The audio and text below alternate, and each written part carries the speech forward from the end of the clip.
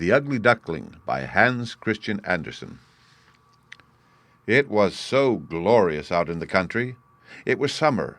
The cornfields were yellow, the oats were green, the hay had been put up in stacks in the green meadows, and the stork went about on his long red legs and chattered Egyptian, for this was the language he had learned from his good mother.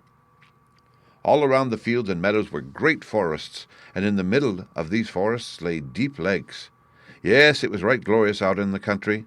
In the midst of the sunshine there lay an old farm with deep canals about it, and from the wall down to the water grew great burdocks, so high that little children could stand upright under the loftiest of them. It was just as wild there as in the deepest wood, and here sat a duck upon her nest. She had to hatch her ducklings, but she was almost tired out before the little ones came, and then she so seldom had visitors. The other ducks liked better to swim about in the canals than to run up to sit down under a burdock and cackle with her. At last one eggshell after another burst open. "Peep, peep," it cried, and in all the eggs there were little creatures that stuck out their heads. "Quack, quack," they said, and they all came quacking out as fast as they could, looking all around them under the green leaves, and the mother let them look as much as they chose, for green is good for the eye. "How wide the world is," said all the young ones, for they certainly had much more room now than when they were in the eggs. "Do you think this is all the world?" said the mother.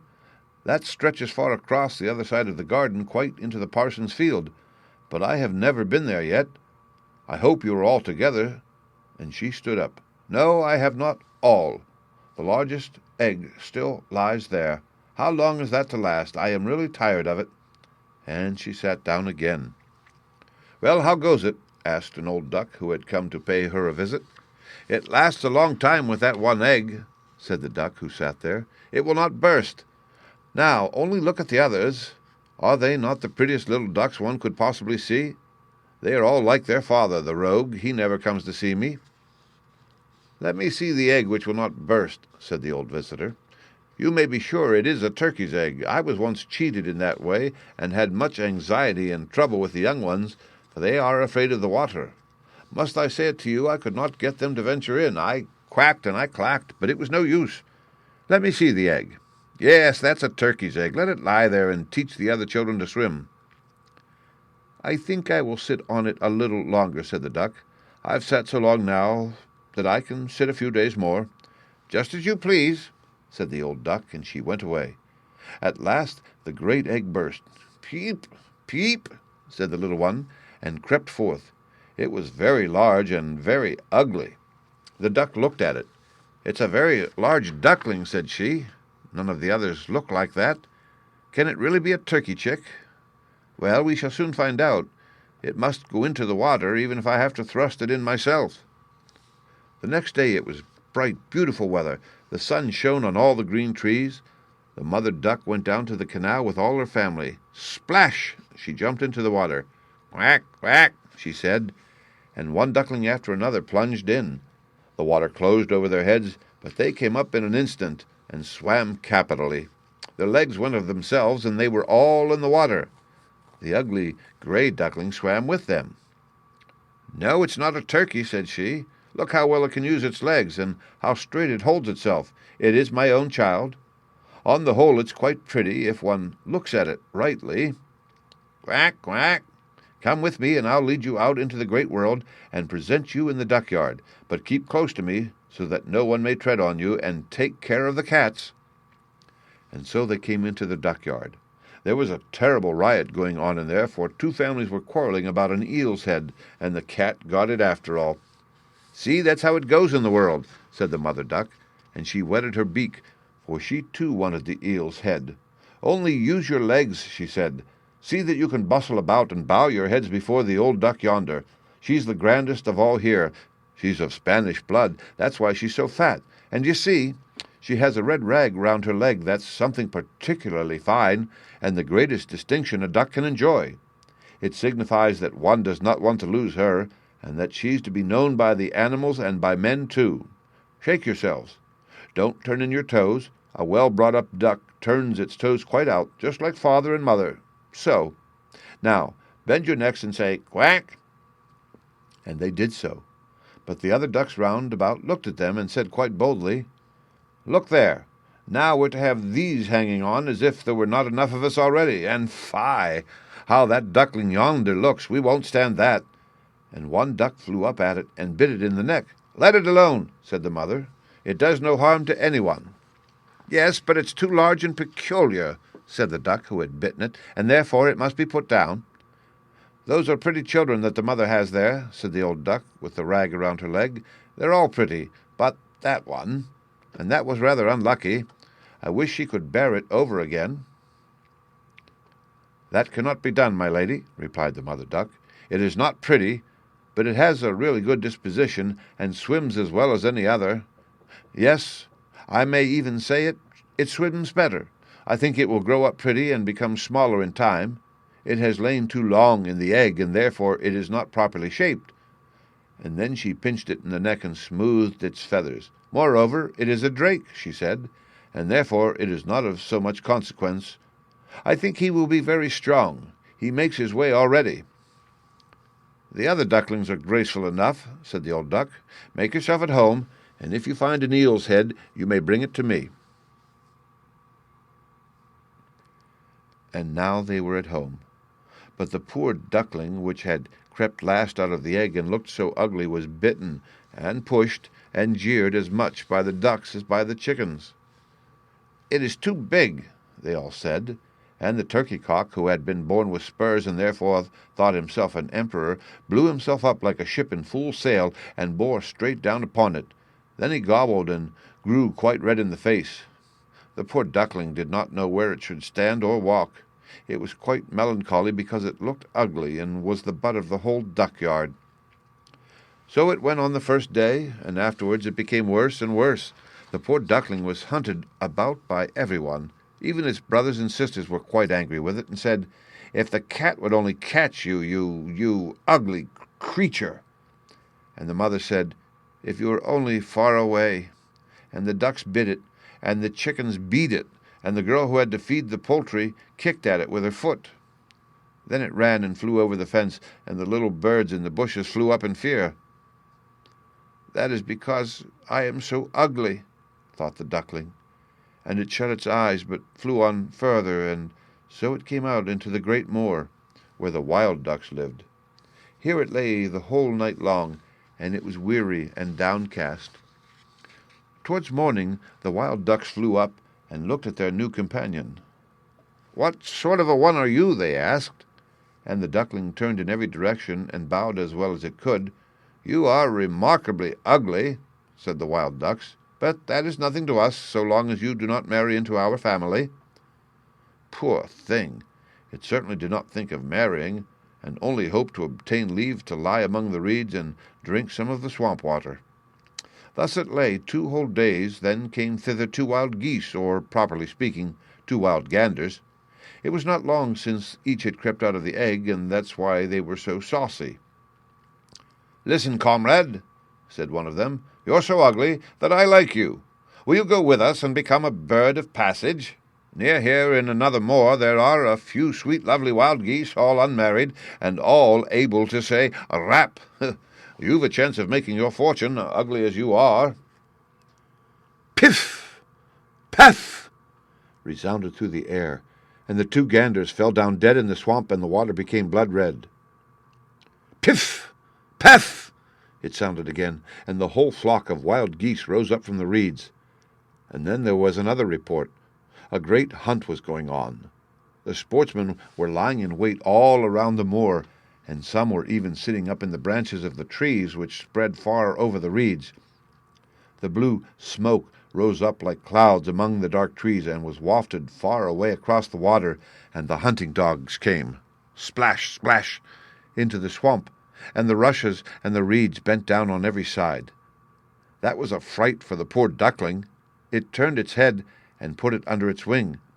But at that moment a frightful great dog stood close by the duckling. His tongue hung far out of his mouth, and his eyes gleamed horrible and ugly.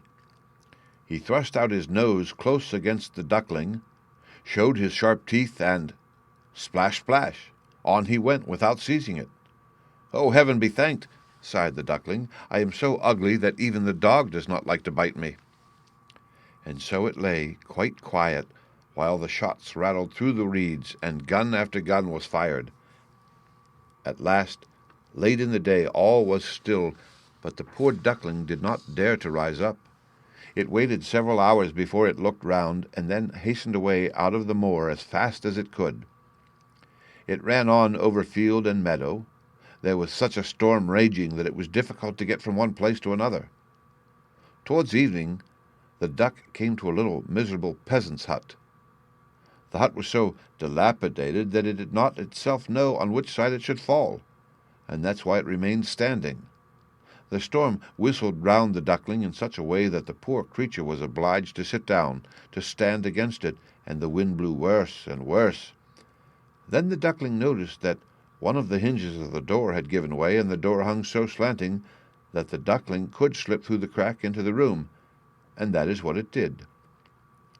Here lived a woman with her cat and her hen, and the cat, whom she called Sony, could arch its back and purr. He could even give out sparks, but to make him do it one had to stroke his fur the wrong way.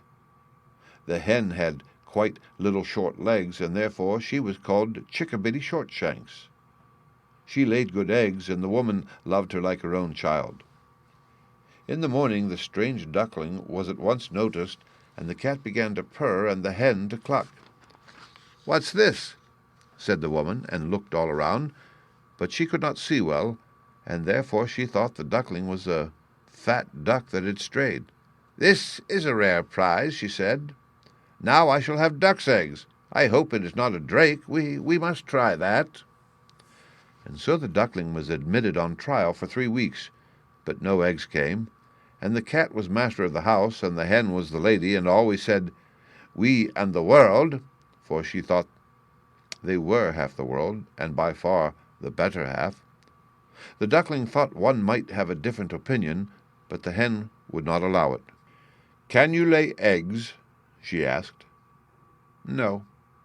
"Then will you hold your tongue?" And the cat said, "Can you curve your back and purr and give out sparks?" "No." "Then you will please have no opinion of your own when sensible folks are speaking." And the duckling sat in a corner and was melancholy. Then the fresh air and the sunshine streamed in, and it was seized with such a strange longing to swim on the water that it could not help telling the hen of it. "What are you thinking of?" cried the hen. "You have nothing to do. That's why you have these fancies. Lay eggs or purr, and they will pass over." "But it is so charming to swim on the water," said the duckling. "So refreshing to let it close above one's head and to dive down to the bottom." "Yes, that must be a mighty pleasure, truly," quoth the hen. "I fancy you must have gone crazy. Ask the cat about it. He's the cleverest animal I know. Ask him if he likes to swim on the water or to dive down. I won't speak about myself. Ask our mistress, the old woman. No one in the world is cleverer than she. Do you think she has any desire to swim and to let the water close above her head?" "You don't understand me," said the duckling. "We don't understand you? Then pray who is to understand you? You surely don't pretend to be cleverer than the cat and the woman. I won't say anything of myself. Don't be conceited, child, and thank your Maker for all the kindness you have received. Did you not get into a warm room, and have you not fallen into company from which you may learn something? But you are a chatterer, and it is not pleasant to associate with you. You may believe me, I speak for your good. I tell you disagreeable things, and by that one may always know one's true friends. Only take care that you learn to lay eggs or to purr and give out sparks." "I think I will go out into the wide world," said the duckling. "Yes, do go," replied the hen, and so the duckling went away. It swam on the water and dived, but it was slighted by every creature because of its ugliness. Now came the autumn. The leaves in the forest turned yellow and brown. The wind caught them so that they danced about, and up in the air it was very cold. The clouds hung low, heavy with hail and snowflakes, and on the fence stood the raven, crying, "Croak, croak," for mere cold. Yes, it was enough to make one feel cold to think of this. The poor little duckling certainly had not a good time. One evening, the sun was just setting in its beauty, there came a whole flock of great handsome birds out of the bushes. They were dazzlingly white, with long, flexible necks. They were swans. They uttered a very peculiar cry, spread forth their glorious great wings, and flew away from that cold region to warmer lands, to fair open lakes. They mounted so high, and the ugly duckling felt quite strangely as it watched them. It turned round and round in the water like a wheel, stretched out its neck towards them, and uttered such a strange loud cry as frightened itself. Oh! It could not forget those beautiful, happy birds, and so soon as it could see them no longer, it dived down to the very bottom, and when it came up again, it was quite beside itself. It knew not the name of those birds, and knew not whither they were flying, but it loved them more than it had ever loved anyone. It was not at all envious of them. How could it think of wishing to possess such loveliness as they had? It would have been glad if only the ducks would have endured its company. The poor, ugly creature. And the winter grew cold, very cold. The duckling was forced to swim about in the water to prevent the surface from freezing entirely, but every night the hole in which it swam about became smaller and smaller. It froze so hard that the icy covering crackled again, and the duckling was obliged to use its legs continually to prevent the hole from freezing up. At last it became exhausted and lay quite still, and thus froze fast into place. Early in the morning a peasant came by, and when he saw what had happened, he took his wooden shoe, broke the ice crust to pieces, and carried the duckling home to his wife. Then it came to itself again. The children wanted to play with it, but the duckling thought they wanted to hurt it, and in its terror fluttered up into the milk pan so that the milk spurted down into the room. The woman clasped her hands, at which the duckling flew down into the butter tub, and then into the meal barrel, and out again. Oh, how it looked then! The woman screamed and struck at it with the fire tongs. The children tumbled over one another in their efforts to catch the duckling, and they laughed and they screamed. Well, it was that the door stood open, and the poor creature was able to slip out between the shrubs into the newly fallen snow. There it lay, quite exhausted. But it would be too melancholy if I were to tell all the misery and care which the duckling had to endure in the hard winter. It lay out on the moor among the reeds, when the sun began to shine again and the larks to sing. It was a beautiful spring. Then all at once the duckling could flap its wings. They beat the air more strongly than before, and bore it strongly away, and before it well knew how all this happened, it found itself in a great garden, where the elder trees smelt sweet and bent their long green branches down to the canal that wound through the region. Oh, here it was so beautiful, such a gladness of spring, and from the thicket came 3 glorious white swans. They rustled their wings and swam lightly on the water. The duckling knew the splendid creatures, and felt oppressed by a peculiar sadness. I will fly away to them, to the royal birds, and they will beat me, because I, that am so ugly, dare to come near them. But it is all the same. Better to be killed by them than to be pursued by ducks, and beaten by fowls, and pushed about by the girl who takes care of the poultry yard, and to suffer hunger in winter. And it flew out into the water and swam towards the beautiful swan.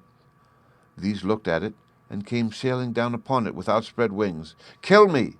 said the poor creature, and bent its head down upon the water, expecting nothing but death. But what was this that it saw in the clear water? It beheld its own image, and lo! It was no longer a clumsy, dark grey bird, ugly and hateful to look at, but a swan. It matters nothing if one is born in a duck-yard, if one has only lain in a swan's egg. It felt quite glad at all the need and misfortune it had suffered. Now it realized its happiness in all the splendor that surrounded it, and the great swans swam round it and stroked it with their beaks. Into the garden came little children, who threw bread and corn into the water, and the youngest cried, "There is a new one!" And the other children shouted joyously, "Yes, a new one has arrived!" And they clapped their hands and danced about and ran to their father and mother. And bread and cake were thrown into the water, and they all said, "The new one is the most beautiful of all, so young and handsome." and the old swans bowed their heads before him. Then he felt quite ashamed, and hid his head under his wings, for he did not know what to do. He was so happy, and yet not at all proud. He thought how he had been persecuted and despised, and now he heard them saying that he was the most beautiful of all birds.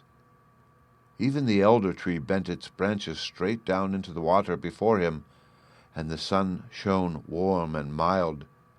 Then his wings rustled, he lifted his slender neck, and cried rejoicingly from the depths of his heart, "I never dreamed of so much happiness when I was the ugly duckling."